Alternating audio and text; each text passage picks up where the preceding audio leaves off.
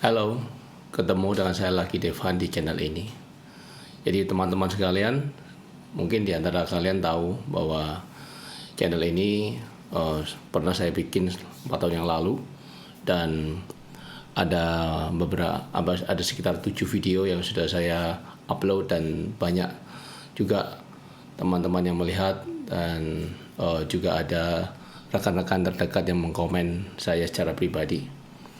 Namun selama 4 tahun ini saya tidak melanjutkan mengupload video-video terus lagi begitu ya. Dan hari ini saya ingin memulai perjalanan saya sebagai seorang YouTuber, dan tujuannya cuma satu sebetulnya, membagi apa yang saya miliki. Dan sebetulnya apa yang terjadi selama 4 tahun ini? Jadi selama 4 tahun ini saya lebih banyak belajar sebetulnya, lebih banyak belajar dan mencoba menggali kemampuan saya, potensi saya sebagai seorang coach, dan saya mengikuti beberapa sertifikasi, dan akhirnya di dalam prosesnya saya belajar banyak hal yang saya pelajari. Dan 4 tahun ini saya bertemu dengan banyak orang, terutama para entrepreneur muda, dan bersyukur bisa mendampingi mereka berproses dalam 4 tahun ini. Dan banyak hal yang sebetulnya ingin insight-insight baru, pemikiran-pemikiran baru, dan atau juga ilmu-ilmu baru yang saya pelajari serta saya dapatkan ketika saya berbagi dengan para teman-teman tersebut, itu mungkin bisa menjadi sesuatu yang berguna seandainya saya menyebarkan ke lebih banyak orang melalui media ini. Jadi akhirnya saya ingin memulai. Tapi sebetulnya apa yang ingin saya ceritakan adalah bukan itu. Jadi keinginan 4 tahun ini sebetulnya bukan masalah saya tidak punya waktu, tetapi ada perjalanan transformasi yang harus saya lakukan terlebih dahulu untuk saya bisa berdiri di depan teman-teman sekalian di channel ini.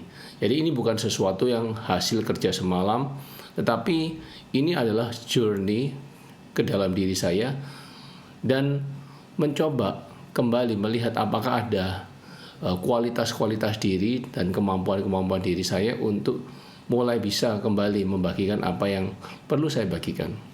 Jadi dorongan-dorongan ini sebetulnya sudah saya pendam, namun selama WFH dan selama COVID kemarin, ini menjadi sebuah PR untuk saya untuk mempertanyakan ulang sebetulnya tentang dorongan ini, yaitu dorongan untuk membuat sebuah project, dorongan untuk berbagi pada teman-teman. Apa sebetulnya yang menjadi hambatan? Sebetulnya yang menjadi hambatan adalah riak di kepala saya sendiri sebetulnya. Dan riak-riak ini yang membuat saya mempertanyakan apakah saya mampu, apakah saya bisa, apakah saya mumpuni, dan bagaimana dengan tanggapan orang lain, bagaimana dengan seandainya proyek ini tidak berjalan dengan baik, seandainya kembali gagal lagi seperti kemarin, tidak saya lanjutkan karena hal-hal tertentu yang sebetulnya itu hanya pikiran-pikiran di kepala. Jadi saya menunda-nundanya bukan karena saya tidak mempunyai prioritas atau waktu, tapi justru saya berkutat dengan diri saya. Dan syukurlah dengan adanya WFH tadi di tahun kemarin, saya melakukan perjalanan. Jadi ketika saya berjalan pagi ataupun berlari pagi gitu ya, karena gym pada tutup, kemudian aktivitas olahraga saya biasanya saya lakukan di situ tidak bisa saya lakukan. Jadi akhirnya saya menempuh berjalan pagi lah, sekitar 30 menit sampai 40 menit setiap hari. Dan di dalam perjalanan itu ternyata saya bertanya kembali ke dalam diri saya, apa ya yang menghambat saya? Apa yang sebetulnya membuat saya ini menjauhkan diri dari dorongan saya yang 4 tahun yang lalu itu, yang saat itu muncul begitu kuat untuk bisa sharing dan berbagi di media YouTube ini. Lalu saya menemukan jawaban-jawaban yang sebetulnya hanya klise, hanya saya ingin tutup-tutupi aja rasa tidak kompeten, rasa minder, rasa tidak takut. Itu saya tutupin sebetulnya. Saya tutupin dengan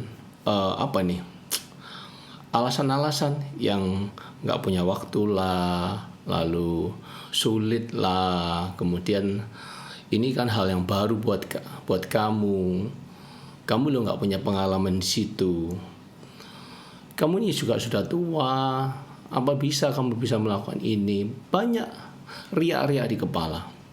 Dan biasanya ini kan sebetulnya pertanyaan-pertanyaan yang saya tanyakan ke coach saya.